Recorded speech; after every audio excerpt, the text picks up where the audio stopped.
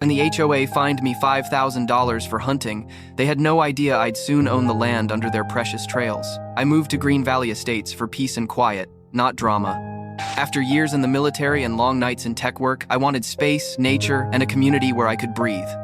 At first, it looked perfect: big homes, neat lawns, and forest trails that made the whole place look like a retreat. But the catch? The HOA. And running the show was Evelyn, the self-proclaimed queen of rules, the type who shows up at your door with a fake smile, holding more bylaws than cookies in a welcome basket. I tried to stay low, paid my dues, kept my yard neat, avoided meetings, but my childhood hobby hunting was my one escape. With permission from the rightful landowner, I hunted on nearby forest land. What I didn't know was the HOA had been illegally treating that land like their private park, and that's where everything began to unravel.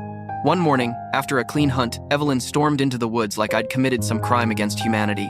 She shrieked, snapped pictures, and accused me of murdering animals in a protected community preserve. Days later, a fine appeared on my door: $5,000 for illegal hunting. My blood boiled. The HOA had no authority there. It wasn't even their land. When I dug deeper, I discovered Evelyn and her board had been selling the idea of exclusive trails to every new homeowner, pretending they owned it.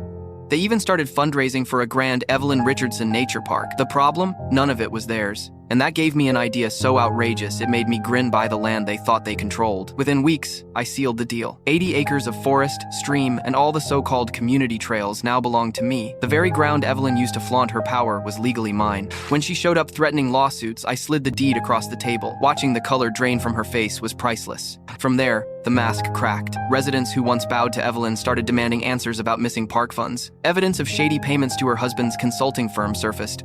Soon, whispers turned into outrage. The HOA board fractured, lawyers circled, and investigators came knocking. But Evelyn? She tried one last stunt, organizing a mass trespass to reclaim the trails. Deputies were waiting, neighbors scattered. Evelyn was left screaming at a fence she no longer controlled. So remember this: when power-hungry HOAs think they can bully homeowners, all it takes is one bold move to flip the script.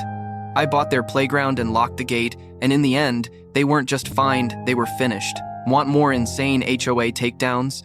Hit that subscribe button. You won't want to miss what happens next, and comment below where you're watching from.